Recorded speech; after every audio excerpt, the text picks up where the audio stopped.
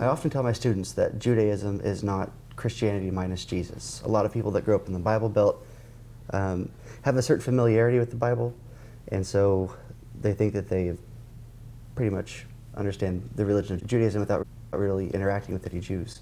Some people even have a negative picture of Judaism, some Christians in particular, given their traditions, reading of Scripture. What things do people need to know about Judaism?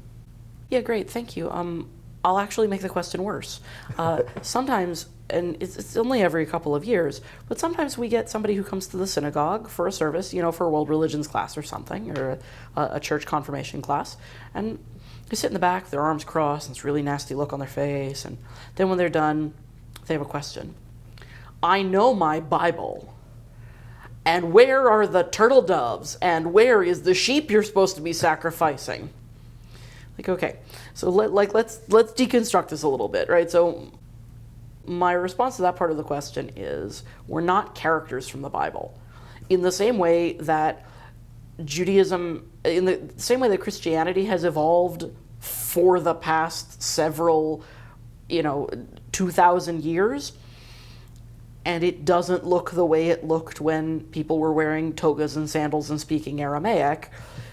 Judaism doesn't look that way either, and we didn't stop evolving when Jesus came on the scene. We continued a growth process that had already been going on. So, to come into a synagogue and say, well, I have the book of Numbers memorized, and I know that on Shabbat, on the Sabbath, you're supposed to sacrifice, 2 yearling lambs. That's great. Also, the book of Deuteronomy says, do not sacrifice except where God will show us, which we understand to be Jerusalem. Part of the thing that I always want to say is I'm not a character. And if people only know me as a character, and this works with Islam as well as Judaism, it also works with TV news. Like, if you only know me as a character, you assume that I'm a Holocaust victim. You assume that I'm Anne Frank. You assume that I'm an Israeli soldier, whether that's a positive or a negative. Or you assume that I'm a character from the Bible. And we're not characters. One of the things I really dislike about religious textbooks in general, in how they teach Judaism, is they tend to teach Judaism as a historical document from Abraham to David and Solomon-ish, skip to the Inquisition and the Holocaust. So that convinces people that Judaism is a historical catalog of things that affected Christians too. It's not a great way of teaching Judaism for a Christian audience, because it absolutely does not show any differences or distinctions between Judaism and Christianity.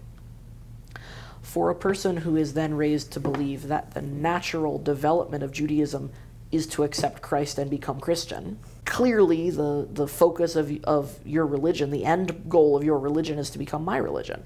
Well, if we're all the same, then why don't you accept Jesus? I encounter that a lot. I feel very fortunate that Judaism in the United States is mostly in a cycle where people don't think that we're that foreign anymore.